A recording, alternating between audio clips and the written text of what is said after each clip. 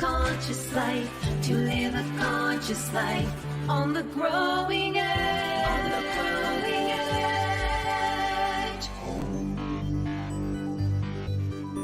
And now, here's Allie. Hello, hello, and it is another beautiful day on the planet, and here at Growing Edge Live, we're going to be doing something different today. I'm Allie Benjamin, and you can see on the to the right of me or the left of me, I don't even know, a little dyslexic, my beautiful, wonderful friend, sister, Reverend Renee Laboa. And we have a treat and something very special today. We're kind of switching things up and reversing the roles. And she's going to be interviewing me. So I'm a little bit excited. I'm a little bit nervous, and we'll see where it goes because we have no idea. We're just going to let it flow. And hopefully by the end of our interview here, you will know me a little bit more. You will understand why I'm motivated to do this work and to create this show with New Thought Media Network. And so, Renee, welcome. I'm so glad that you're here. Welcome. Thank you, sweetheart. I am also honored to be here, and this is such a unique and beautiful opportunity for the people that check in to see you to really get to know another side of you, and that's what really interested me because I know many aspects of you, and I wanted everyone else to maybe have a deeper look into you. So you've been sharing with me some of your some of your personal stories that really inspired me. And I know that they're going to inspire others. And so I just also want to say, because you said you were nervous, I just want to say that your heart is safe in my hands, and I will make sure that you are held in grace, really. And so let's just dig in. Okay. Let's just dig in. And you told me a story the other day about your upbringing, which I had absolutely no idea about, which is really fascinating, and the groundwork and the foundation for what propelled you into maybe later on in life pursuing a spiritual path. So are you open to sharing some of that about your parents? Yeah, absolutely. Well, I'm 61, so I was born in 1962, and I was born into a family of athletes. And my mother was in track and field, and my father was a rower. And this is in England, in the UK. And so I was born into a family that was in the prime of their athletic career.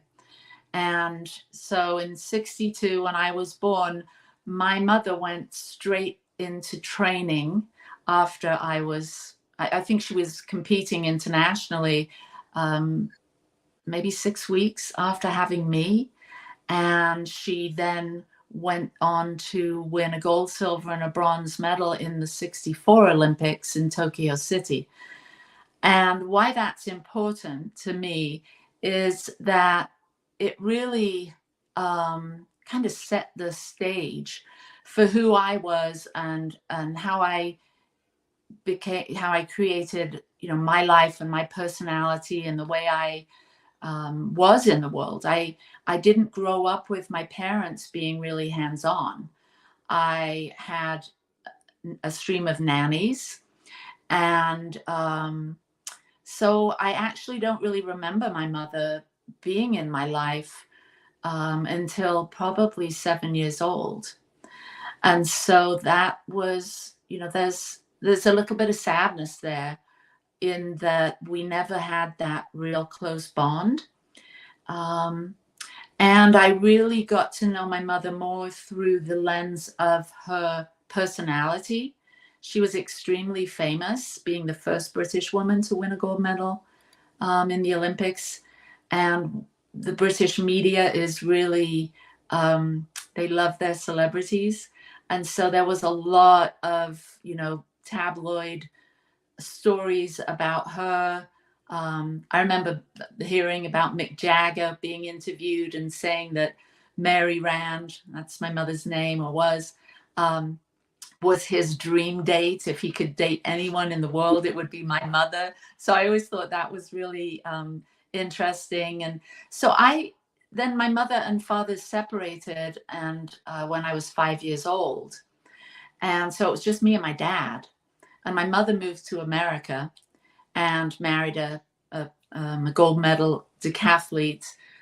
So again, very immersed in that athletic mindset, that very focused, very driven, very successful, very into their own lanes. And whilst that was hard for me as a child, it was also very inspiring for me to see what was possible.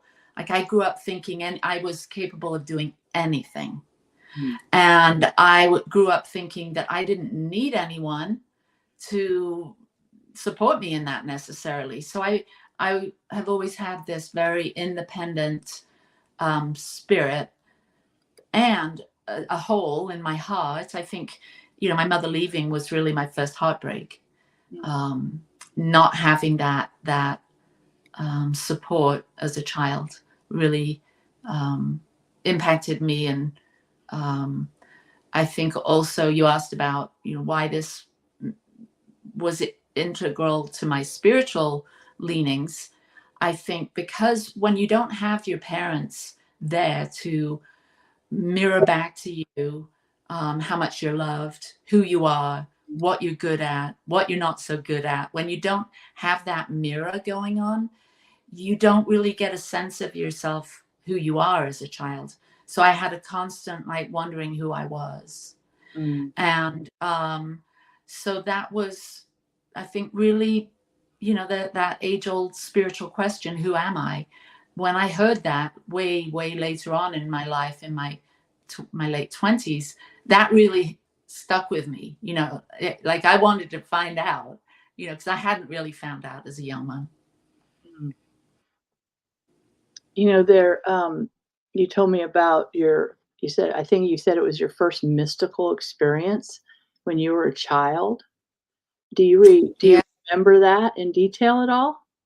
Oh yeah, it was all wrapped up in this time of my mother leaving. And back in the 60s, we were during that time, there was a lot of fear, like there is right now, with world power and wars and all of that. And in England, we had this great fear of that we were going to be attacked by Russia, and there was this big fear, and it was talked about, and I must have picked that up as a little one. And so I was very anxious as a child and nervous about being safe. And then with my parents, not being around very much, that also added to that feeling of not feeling safe. So I remember my core feelings as a child were fear. Like, why am I here? What's this all about? Holy crap. We're not safe. None of us are going to get out of this thing alive. There was this doom and gloom and fear. And so this one day, my mother had come back to visit me, and we were staying at a friend's house. And I remember laying on the bed up in the guest room and having this deep mystical experience. It was so much more that I can really put to words. There were images that I saw. I was awake, but yet I was in an altered state. And now the best way I can describe it was an experience of extreme oneness and love.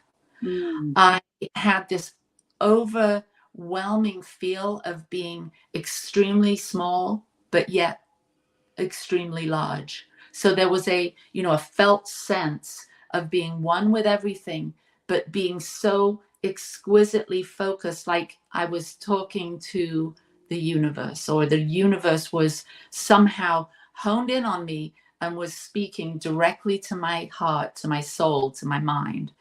And it didn't say this with words. This was all an energetic transmission. but it said, you're safe. Mm. You're you're loved. You're here for a reason. You don't need to be worried. It's all going to turn out okay in the end. It didn't say all this in words, but this is how it landed with me. Mm-hmm. It gave me the sense that although my parents were important, they're not that important. Mm-hmm. There was, you know, it gave me the fire and the support and planted that seed of the mystic in me. Mm-hmm. And so that was my first experience. It just calmed me down. I'd never talked about it, like until I was in my, gosh, I don't know, my 30s probably. Mm-hmm. It was an experience that continues to live inside me. It continues to inform me. I can go into meditation and go right into that zone. There are some visuals. It almost feels like I'm floating in the cosmos.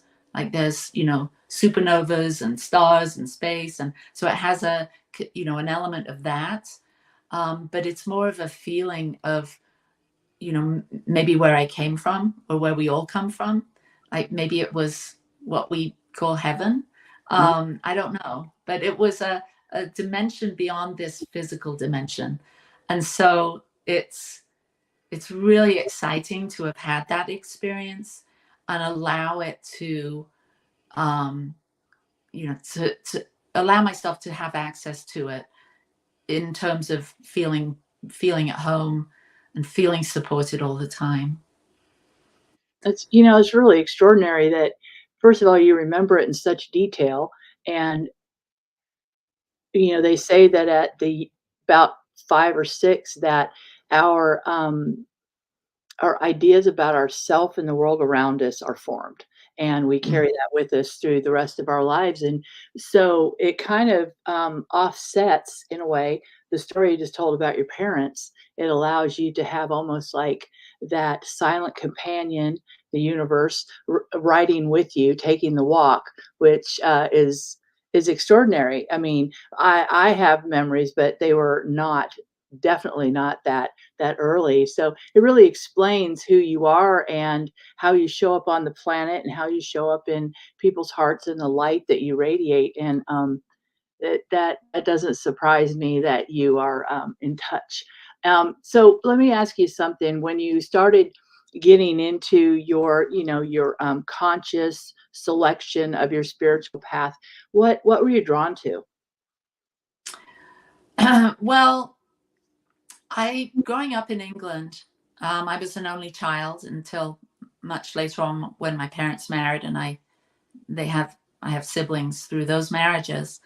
I spent an awful lot of time outside in the countryside, in the woodlands, walking along the hedgerows, Mm. and I definitely felt the fairies, the nature spirits, the books that I would read, as far as, you know, children's books, all had an essence of fantasy and whimsy and English woodland characters. Mhm. And so being alone, being outdoors, being in nature, and feeling that I wasn't alone there either, that there were, you know, mystical realms. I really had a rich sort of fantasy life, but it wasn't so much fantasy, it was actually real. Mhm. And so that really led me to be very open to not just what was going on with the adults around me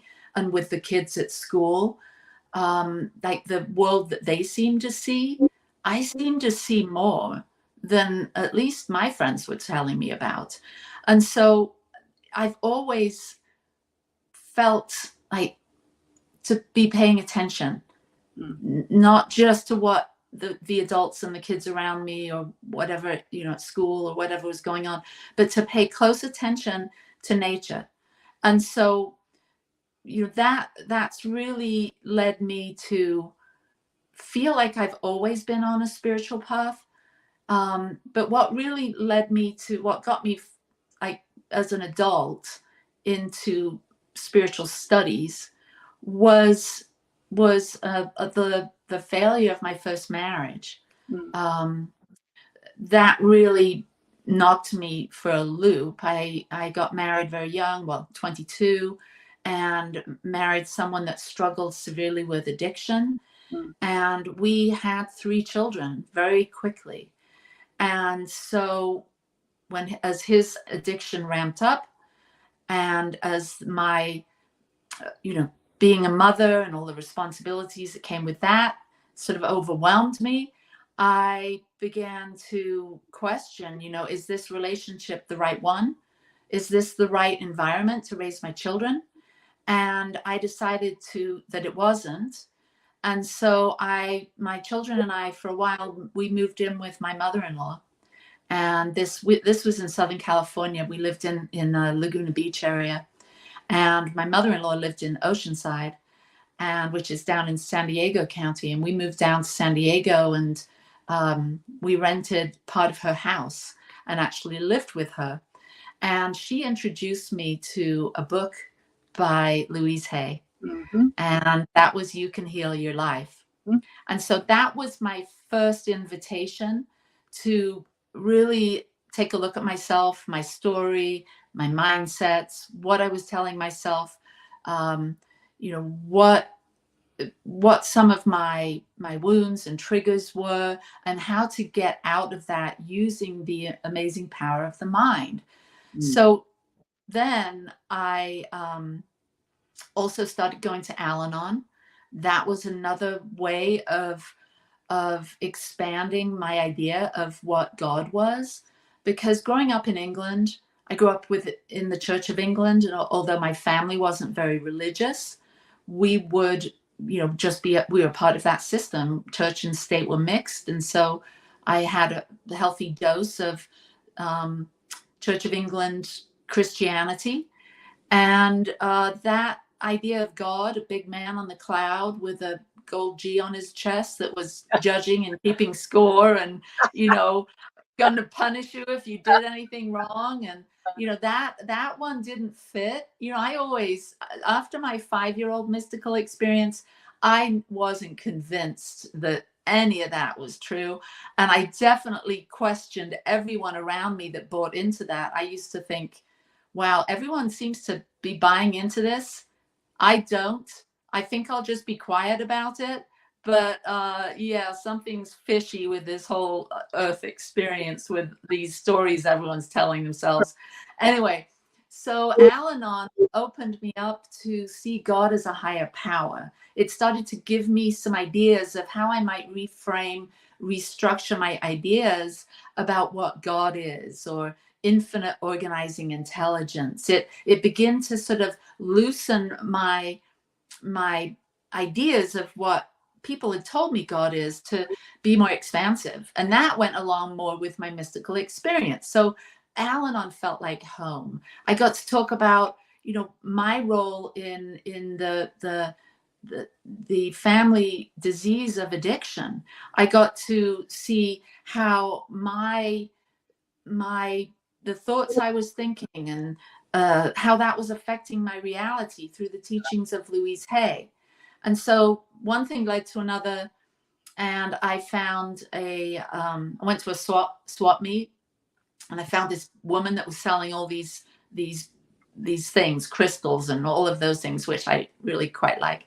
And she told me about this center in Vista in California. And I went to this center. It was a center for spiritual living. And that's where I first learned about science of mind. And that's where I was introduced to a whole new world. And ever since I stepped into that center, into this big new thought community, it supported me on my sort of spiritual journey, my mystical path. Whilst maybe we don't, jive on all cylinders on all those things, I definitely really appreciate what I learned from the many years of studying science of mind. And I did have a mystical experience on my first visit to the Vista Church, which was astonishing.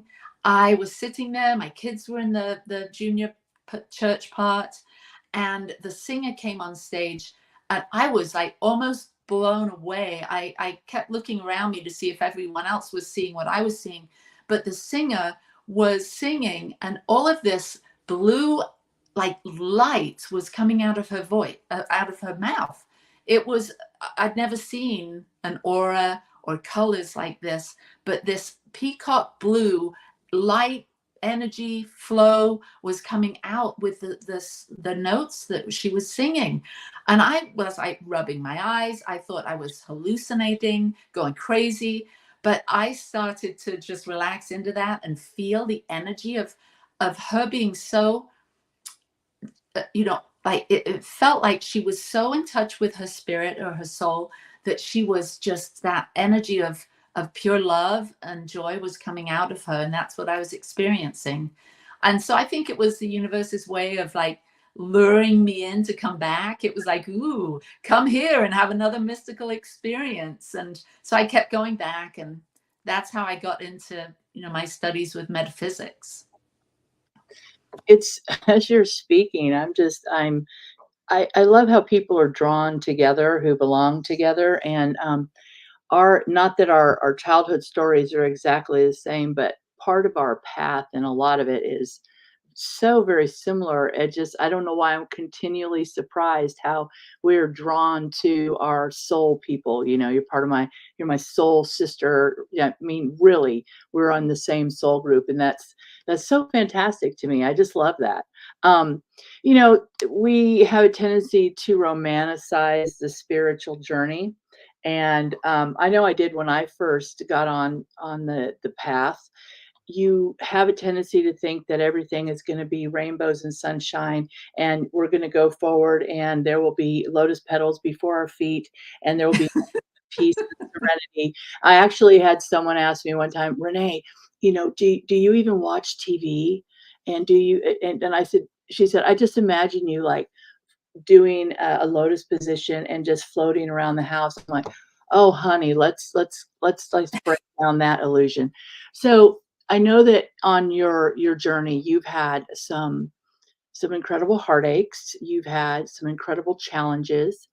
I know that you started the center and some other works, which I would like to talk about in just a minute.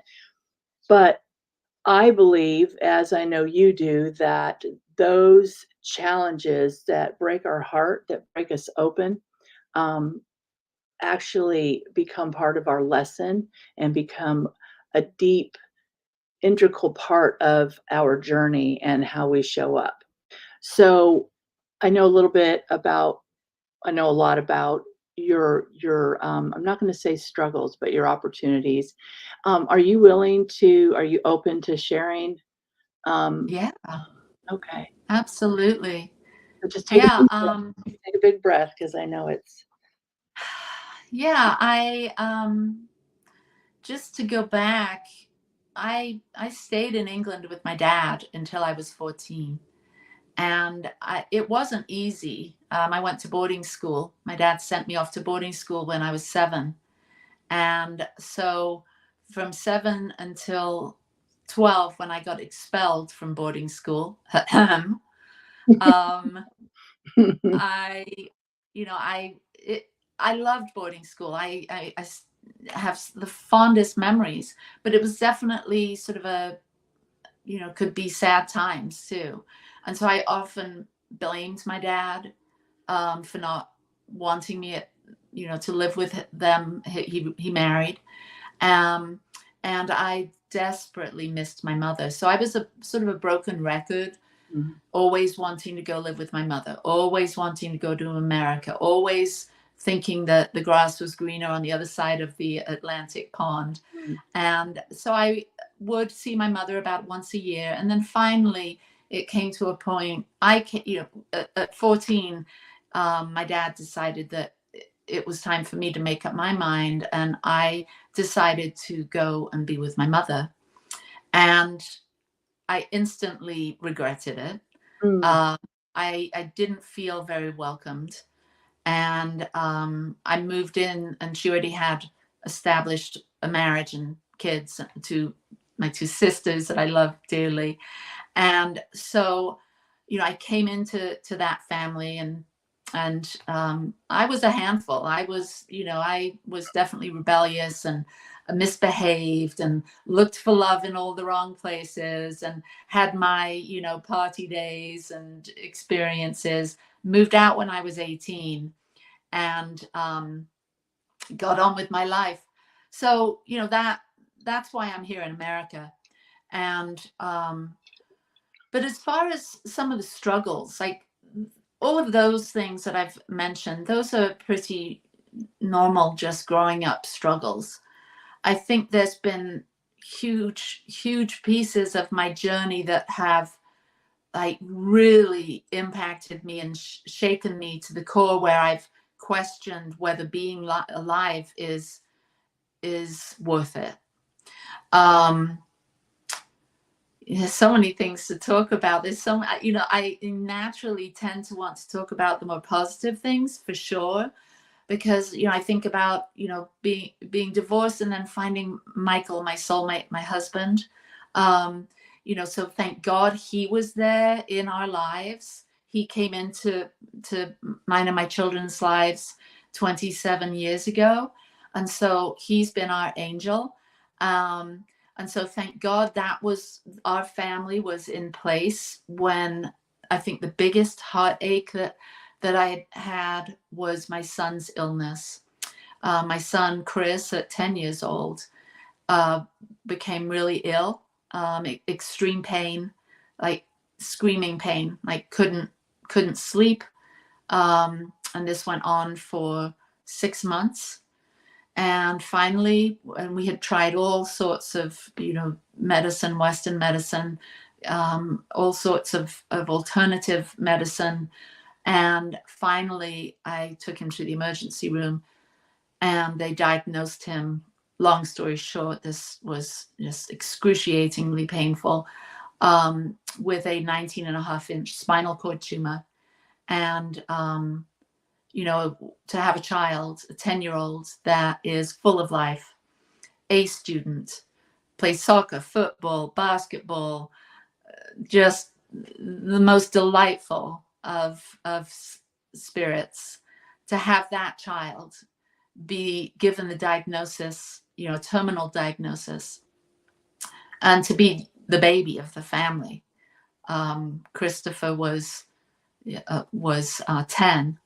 My daughter Alex was 12, and my son Adam 13. And so to get this news was devastating. So we, as a family, went through this terrible time of supporting Christopher through a lot of upheavals. But there is a silver lining. And after 2.5 years of being in hospital and having major spinal surgeries, several, and rehab, flying to New York from California on an air ambulance. And I mean, there was just so many miracles along the way, having a doctor in New York do surgery on Chris that had the Dalai Lama come into the Beth Israel Neurological Institute in the Upper East Side of Manhattan and teach meditation to his nurses, who then supported us on Christopher's healing journey. We experienced so many devastations through this journey, but so many miraculous blessings. And he was given an 80% chance of after the surgery of being on a ventilator, and a 60% chance of even making it, surviving. And the great thing is, this happened back in 2001, and now we're 2023.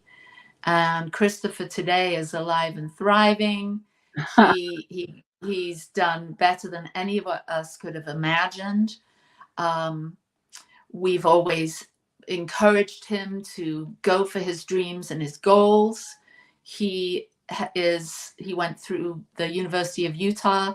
He got his degree. He's gone back for his master's degree in political, I don't even know the title of his degree. And he works for the governor, and he is a budget analyst and is key to making this state of Utah running smoothly with his involvement in working with all the important branches of government and their budgets. And so I feel so blessed to have birthed him, to have supported him through his illness, through having him be a part of our family's healing and coming together and knowing what it feels like to go through such a heartbreak of seeing your child being able-bodied to being a quadriplegic and living a life in a wheelchair with, he lives independently. He moved out of the house when he was 17.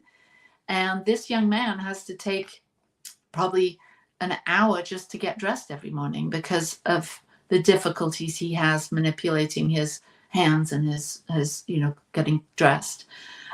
He drives. He's my superhero. And whenever I feel sorry for myself, I always have an opportunity to see, think about Chris and how he does it and how he struggles and how he's made it, even though it's hard to, be a young man that can't do the things you love because of your physical challenges, and to be a young man that has been able to navigate and negotiate life independently and friendships. He's got a big group of friends, and I'm just so proud of him. And it gives me an opportunity to really question myself when I'm feeling sorry for myself, which I do on occasion. I think we all do. That's a new story that I did not know about you. You continue to be a phenomenon to me. I know there's been other things in your life that have broken you apart. And I want to talk about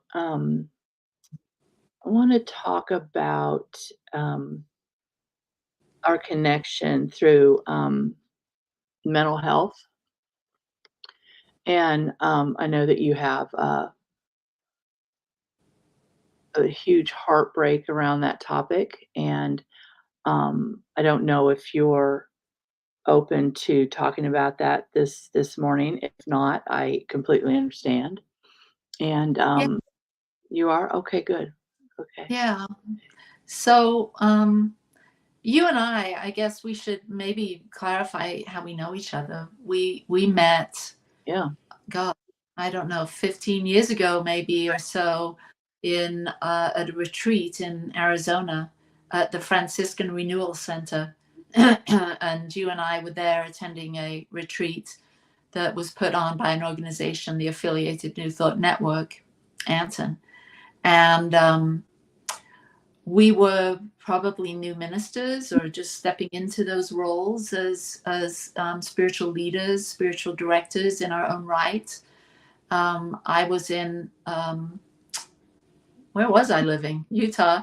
And where were you living? I was here in Charlotte, North Carolina. Yeah. And so we connected within sort of a broader community of people that were really interested in being spiritual leaders. And so that's how we got to know each other, and we've stayed connected because this is an annual retreat that we've spent time, over the years, not every year, but many years, connecting within that community, and not just at that retreat, but sort of in the general energetic of that group. And so we've got to know each other. We've shared some heartbreaks, and we've shared a lot of our journey together. We've seen each other struggle. We've both had similar health challenges. I have rheumatoid arthritis, which has also been another big heartbreak. So being spiritual, like you were saying, one of your friends says, "Oh, I just picture you floating around in the lotus position." And well, yeah, a lot of people say the same thing of me, like, "Oh, you're so spiritual and you're just always, in a positive, peaceful vibe. I just love being around you." But let me tell you, I have my struggles. I have my health issues. And being spiritual doesn't bar you from real life human experiences and struggles and challenges. It just better prepares you to handle them. And so with the mental health piece, I struggled my whole life with mental health issues that I think stemmed from my childhood, definitely. And so when I saw my oldest son, Adam, struggling with mental health issues, it was devastating for me because, you know, I had this really strong urge to be the best mother I could be. I think because of my childhood, I sort of swung the other way and wanted to like be there for him and my other two, Alex and Chris, but be there for Adam 100% of the time. If there was ever an issue, a challenge at school or whatever, you know, I made sure that we addressed it, that he felt my love and Michael's love and support. And so when I saw him struggling, he had some tics, some sort of nervous OCD things. You know, that was a concern to me. He had some dyslexia, learning disabilities. Those were some signs for me. And I was always, you know, emphasize to him the power of his thinking, the importance of really managing his mind and the kinds of thoughts he was thinking, the energy he was giving to the thoughts that he was thinking. So that was always kind of there in the background. But I think when you grow up with a mother that's, you know, a coach of these mindsets and principles, you can kind of like tune that out. But he was raised with that. So he had an awareness of that. But as he began to get older, and he was also influenced by his dad, who had, like I said, addiction issues. There was definitely some wounds for Adam from his dad's side of things. He really took it hard. He really felt the loss of his dad, that role of the addiction piece. Unfortunately, he was exposed to things that he shouldn't have been from that side of the family at a very young age. And by the time he was in his late 20s, he developed some back issues, some back pain, and was considering surgery. And it was very severe, and it would have caused him to not be able to work. And he was married. He had just had a child. And so he was struggling immensely with mental health challenges, depression, anxiety, this extreme pain in his back, the prospect of surgery and not being able to work and support his family, and his marriage, which wasn't on the, it was a bit rocky. And so he was in kind of this spiral. He'd also been using pain meds, alcohol, marijuana, and to cope with all of this. And as a family, we were just so at our wits' end. We didn't know how to support him. We would see him in his struggles. We would see him under the influence. We would see him trying to stay in that zone of who he was, because Adam was a beautiful soul. He was so attentive, and I say was because he isn't with us any longer. Adam would be someone that when you were with him, he was eye contact. You felt seen, and he may not talk a lot. He was extremely shy and introverted, but he saw you, and he'd always surprise you. Like maybe a month, a year later, he'd bring up something that you had said, you know, back then. And so you always knew he was taking things in, even though it may not have appeared that way. He was the child that would just hug me. Like whenever he would come over, there would be the most giant hugs, and he was the most helpful. He was an electrician by trade, and he was always looking to be helpful around the house.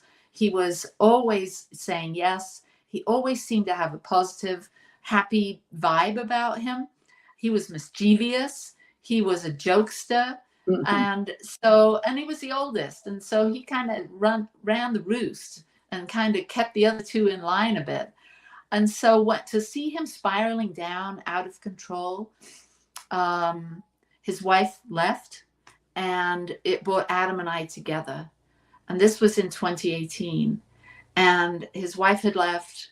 their baby was 2 years old, and he was devastated. He didn't know where they went. He knew that they were in the same town, but they, for whatever reason, and we were moving house, and I was wanting him to come over and help me fix things up. And so he was coming over, and my husband was working out of state. And so Adam and I had this month and a half of extreme closeness. And so I had the exquisite opportunity to be with someone that I loved more than anyone else. That's not true. I love it. My family, all of my children and my husband the same, but to that degree, one of the most, one of the people that I loved the most, to hold that pain with him, that grief, that being alone, looking at divorce, having this pain, being addicted, not being able to deal with his emotions, and just being extremely frustrated and angry. To be with him during that part of his journey was so painful, but yet I'd never felt him so present with me. And yeah, I remember the last conversation I had with him. We were in the bathroom together, and I was fixing the grout in the bathtub, and he was fitting in a vanity. And I said something to him, what's going on, Ad? And he said, I can't remember exactly what he said. I'm like going blank with just the memories of it. But in essence, it was, I said, it's going to be okay. You're going to make this through. We're here with you. And he said, but you don't know what's going on in here, Mom. You don't know what's going on in here. And I wish I had said, tell me everything. But I didn't. I said, Adam, you can't believe everything that's going on in there. Most of that stuff that's going on in there, it may not be true. And that's really what I remember about that conversation. And a couple weeks later, I had the pain of finding my son deceased.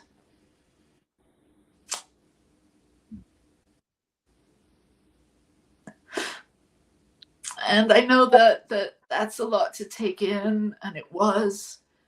And I just want to say that even in that moment, there was this something in me that maybe harkens back to that early mystical experience, but there was a presence and a stillness in that moment that said, there's more than this.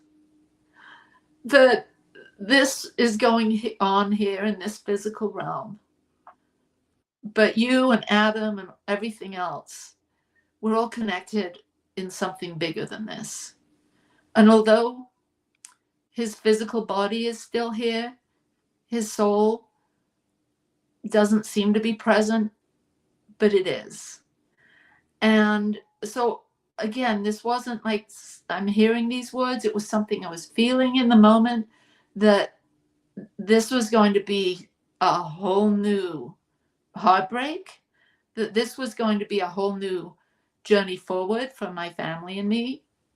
And this was going to be a whole new relationship with my son. And there was also a feeling that happened the weeks that followed.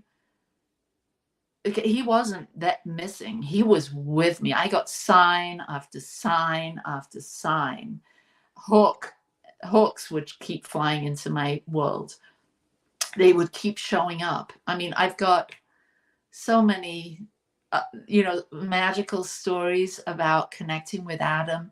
I really feel that I've taken on a quest, his legacy, to not succumb to those darker moments, to really embrace my feelings and thoughts, and look at my mental health, and to support my children in their grieving process of losing a brother, and my husband losing a son, and really holding space to be able to grieve, to be able to feel our feelings, not deny them, and that there's always that yin and yang.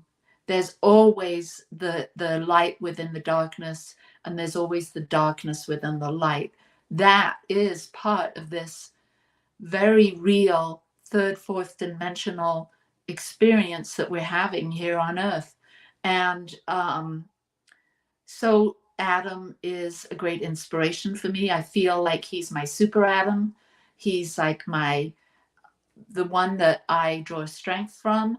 And yeah, although I wish he was here, I'm not turning back time, and I'm moving forward with the full understanding that we're still doing this together.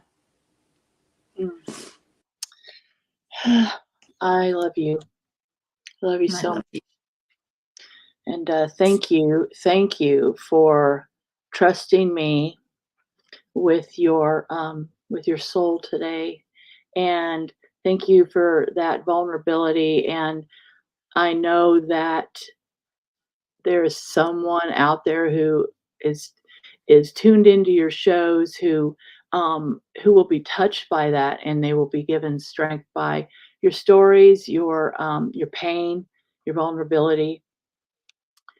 And I just want to not to shift the energy too much, but I want to turn the show back over to you, since we are running out of time. But I thought it would be poignant to mention also that this show is being aired on Christmas morning.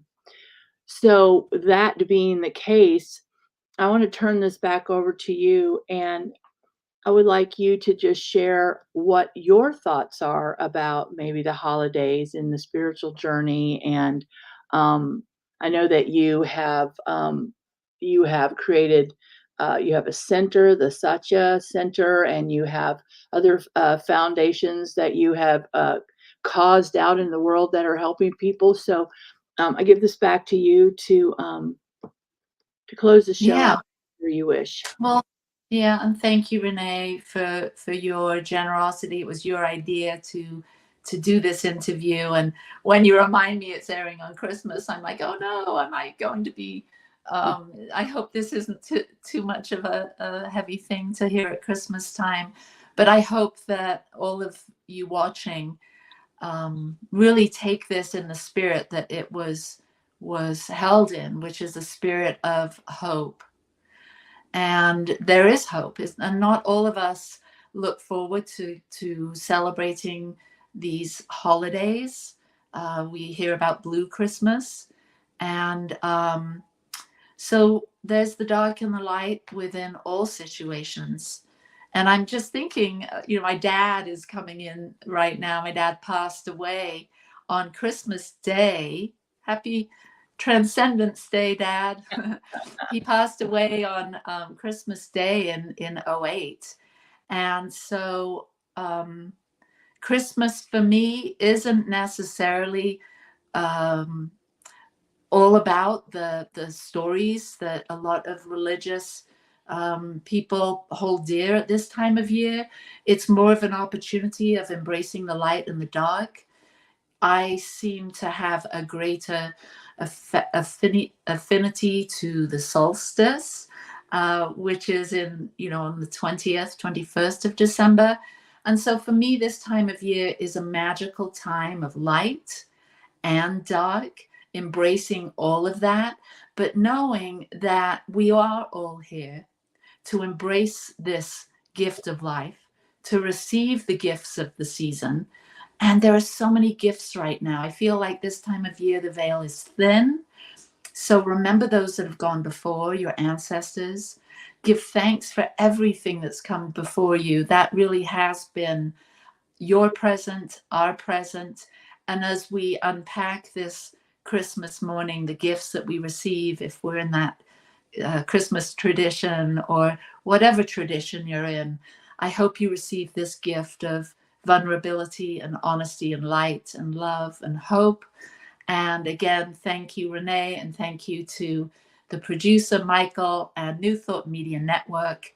And Merry Christmas, Happy Holidays, High Holy Days to all of you, and love and light. Mwah. Peace and blessings.